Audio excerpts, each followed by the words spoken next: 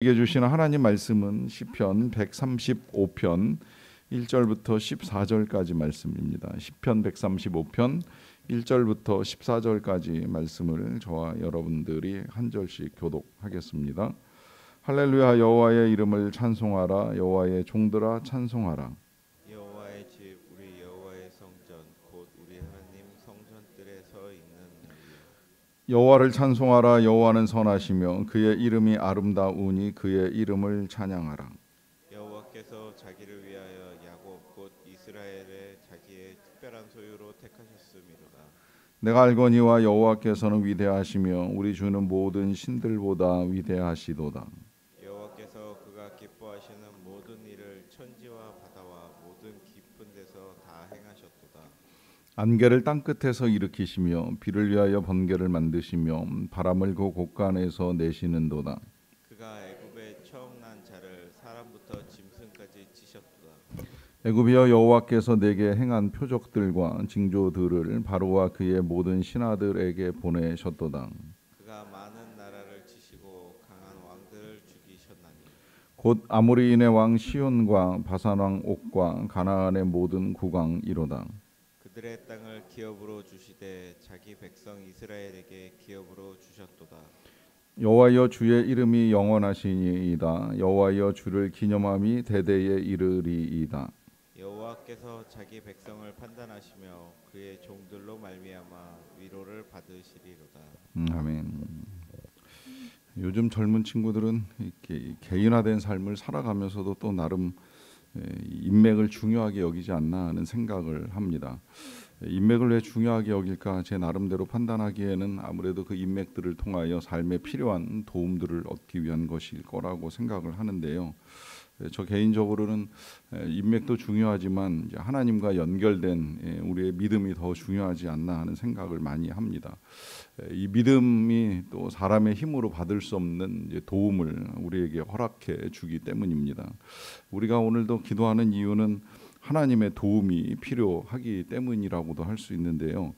우리가 그 도움을 하나님께 구하는 이유가 어디에 있겠습니까? 그것은 하나님께서 그것을 주실 만한, 우리에게 필요하고 우리가 도움받고자 하는 것을 주실 만한 분이라는 믿음이 있기 때문이지요. 근데 이게 주실 만한 분이라고 했을 때에 두 가지 정도의 조건을 갖추어야 되는데요. 하나는 이제 능력입니다. 사실 인맥도 생각해 보면 능력 없는 사람과의 인맥이 얼마나 도움이 될까라고 하는 생각을 먼저 하게 되고요. 그 다음에 이제 능력이 있다면 그 능력을 가진 사람이 자비로워야지, 그가 뭐 아무리 큰 권세와 능력을 가지고 있다고 하더라도 인색하거나 또 아주 가까운 관계가 아니라고 하면 큰 도움이 안 되지 않습니까? 그러니까 이 두 가지 조건, 능력도 있어야 되고 그 능력 가진 사람이 뭐 나하고 친밀하든지 아니면 이제 자비와 선을 베풀 만한 분이어야 된다라고 하는 것인데요. 하나님이 이제 바로 그런 분이십니다. 그런 분이라는 사실을 어떻게 알 수 있는가? 성경은 어떻게 보면 이제 그런 하나님의 능력과 자비하심에 대한 검증을 기록으로 우리에게 전해 준다고도 볼 수가 있겠는데요. 그래서 오늘 본문도 역시 마찬가지 다른 시편들처럼 찬송하라라고 하는 명령으로 시작을 하지만 그 찬송의 이유를 크게 이제 두 가지로 표현을 합니다.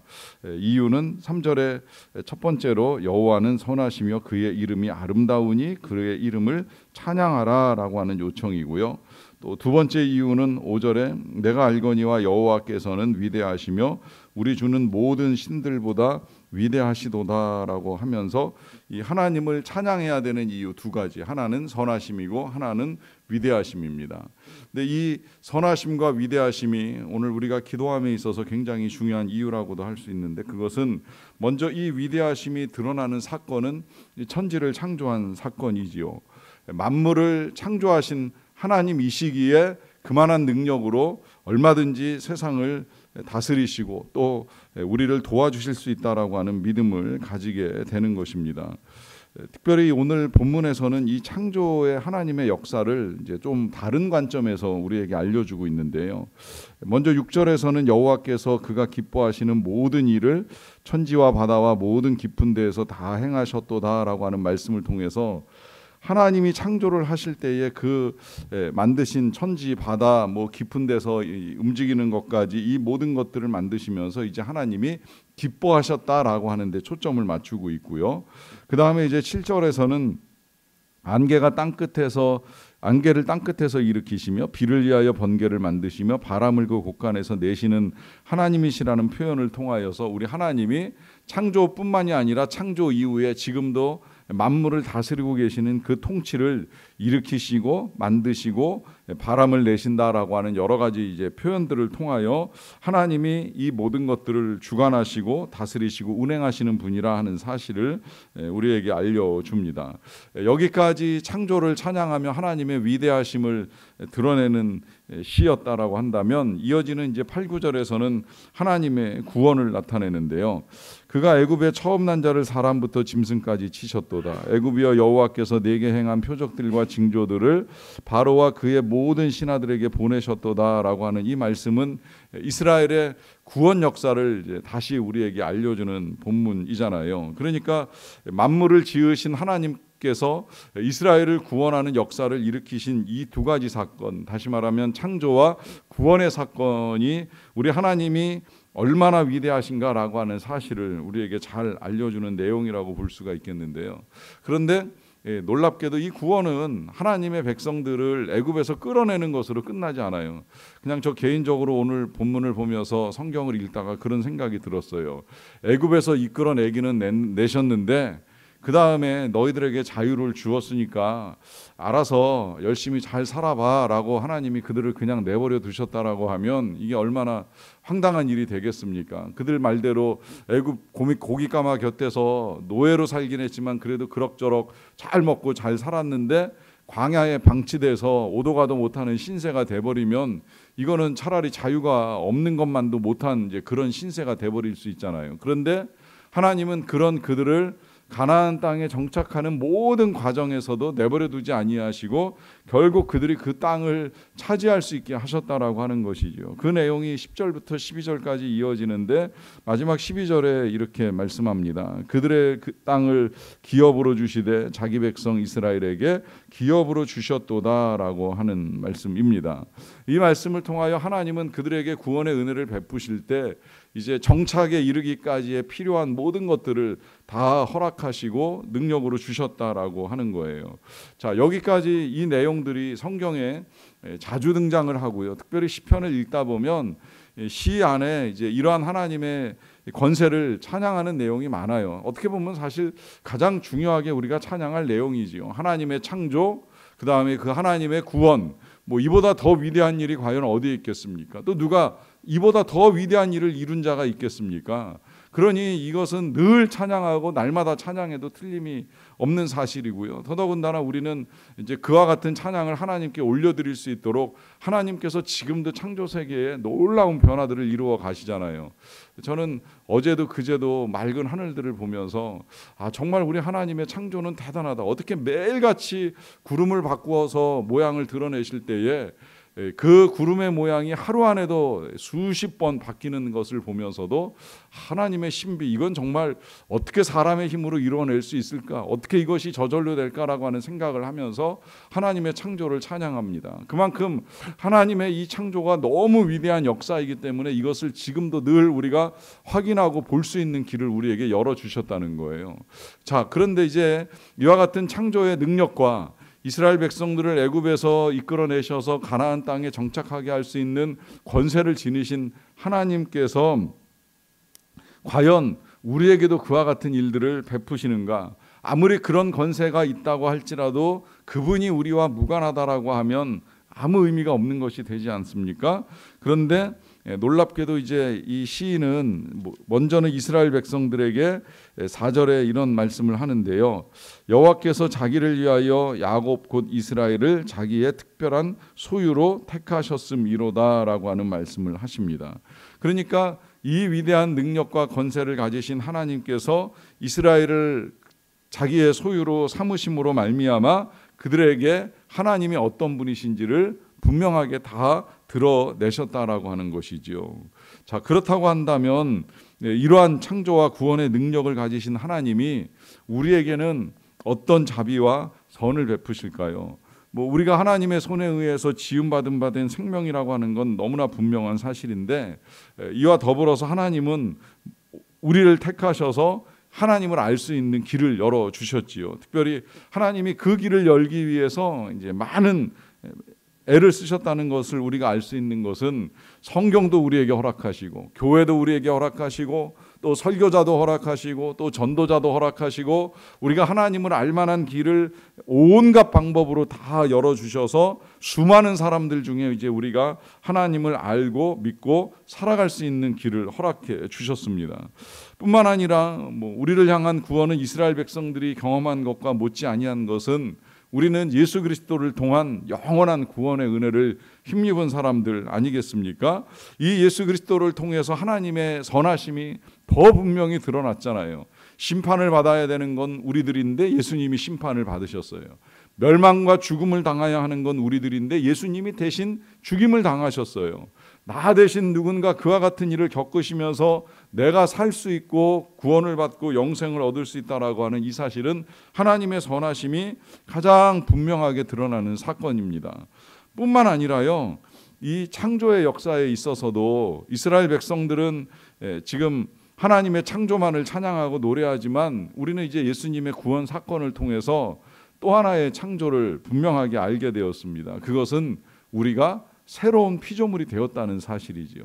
한번 지음받고 방치된 인생으로 끝나는 것이 아니라 그리스도 안에서 우리를 새로운 피조물이 되게 하심으로 말미암아 우리의 인생을 새롭게 만들어갈 수 있는 길을 열게 된 거예요. 이게 이제 우리 예수님을 통한 새 창조의 역사인 것이죠. 만물을 새롭게 하시는 예수 그리스도의 능력을 통해서 우리와 함께 피조 세계가 새롭게 만들어져 가는 것을 우리는 얼마든지 소망할 수 있고, 그 소망 가운데 이제 우리가 주님과 함께 걸어가는 삶을 살게 됩니다. 특별히 우리는 우리 예수 그리스도가 강림하시는 그날에 새 하늘과 새 땅에서 영원히 영광의 하나님께 찬송과 영광을 올려드리게 될 것을 요한계시록과 함께 그림을 그리고 비전을 가지고 우리가 하나님을 찬양하는 일을 하게 되는 것이죠. 제가 이렇게 생각을 해보니까 이스라엘 백성들이 가나안 땅에 정착을 하기는 했는데요, 그 삶이 절대 쉬운 건 아니었어요. 정착은 했어도 계속 전쟁을 해나갑니다. 그러다 보니까 이제 어떻게 보면 가나안도 정말 천국인가, 젖과 꿀이 흐르는 땅인가 하는 의문을 불러 일으킬 만큼 그들에게 많은 시련과 고난이 있었던 것을 보게 됩니다. 하지만 우리가 장차 임하게 될 새하늘과 새 땅은 절대 그런 곳이 아니라는 것입니다. 더구나 가나안 땅에 정착한 이스라엘 백성들은 다 죽고 인생이 끝났어요. 하지만 새하늘과 새 땅에서 거하게 될 우리들의 삶은 영원히 하나님의 나라에서 거하게 될 기쁨과 의뢰만이 예비되어 있습니다. 그곳에서 주님이 우리의 눈에 눈물을 닦아주시고 다시는 애통하는 것이나 슬픈 것이 있지 아니할 것이라고 말씀을 하시면서 우리에게 선한 것을 약속을 해 주셨습니다. 여러분, 우리는 바로 이 능력과 이 사랑을 믿고 나아가는 하나님의 백성들입니다. 그러하기에 오늘 아침에도 그렇게 하나님의 능력과 사랑을 믿고 기도하기 위해 이 자리에 있는 것이 아니겠습니까? 그러하기에 기도하면서 하나님의 능력을 신뢰하십시오. 또 그 자비를 믿으십시오. 그리고 그 자비하시고 능력이 풍성하신 하나님께서 오늘도 우리와 함께 하시고 큰 은혜 베푸실 거라 하는 믿음을 가지고 구하십시오. 이 믿음 가운데 선한 하나님의 역사가 여러분들의 삶에서 나타나게 되기를 주님의 이름으로 간절히 축원합니다. 기도하겠습니다. 사랑과 자비와 능력이 풍성하신 아버지 하나님, 감사합니다. 그 옛날에 만물을 창조하시고 또 이스라엘 백성들을 구원하셨듯이 오늘도 우리를 위하여 새 창조의 역사를 이루어 가시고 또 구원과 자비를 베푸시는 아버지 하나님의 크신 사랑과 은혜에 진심으로 감사를 드리옵나이다. 이와 같은 이가 세상에 어디 있으리요.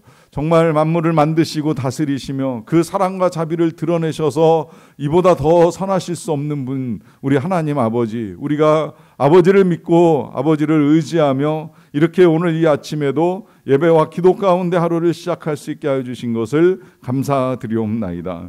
이와 같은 믿음을 가지고 오늘도 우리는 엎드려 기도하옵나니 주여 우리를 불쌍히 여겨 주시옵소서.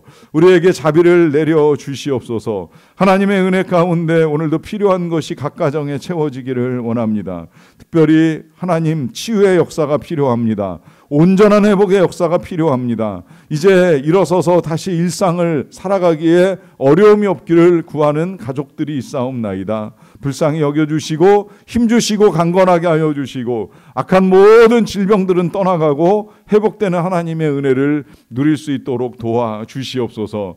믿음이 필요한 가족들이 많다는 사실을 명절을 통하여 또다시 한번 확인을 하면서 하나님의 은혜 가운데 각 가정에 필요한 믿음을 주시기를 원합니다. 믿지 않으려는 자들이 다 함께 예수 그리스도를 믿음으로 말미암아 우리 주님 강림하실 때에 아차 싶다 싶은 말을 하지 않게 하여 주시고 오히려 새하늘과 새 땅에서 주님이 우리를 위하여 예비하고 계신 그 놀라운 영광과 은혜의 사건들로 말미암아 감사와 찬송하기에 부족함이 없는 영혼들이 다 되게 하여 주시옵소서. 귀경하는 발걸음을 지켜주시고 다시 일상을 이어나감에 있어서 하나님과 함께 힘차게 달려나가는 하나님의 백성들이 되기를 간절히 원합니다. 또 준비되는 토요학교 잘 준비되어서 다음 세대 우리의 자녀들에게 필요한 믿음, 필요한 신앙을 우리가 함께 잘 전수해 나갈 수 있도록 도와주시기를 간절히 원합니다. 선교지의 선교사님들 오늘도 강건하게 붙들어 주시고 행해 나가는 사역과 준비되는 모든 것들을 통하여 주의 복음, 주의 사랑, 무엇보다 주님의 그 위대하심과 선하심이 널리 전파되는 역사가 나타나게 하여 주시옵소서. 모든 것 감사드리옵고 예수님의 이름으로 기도하옵나이다. 아멘.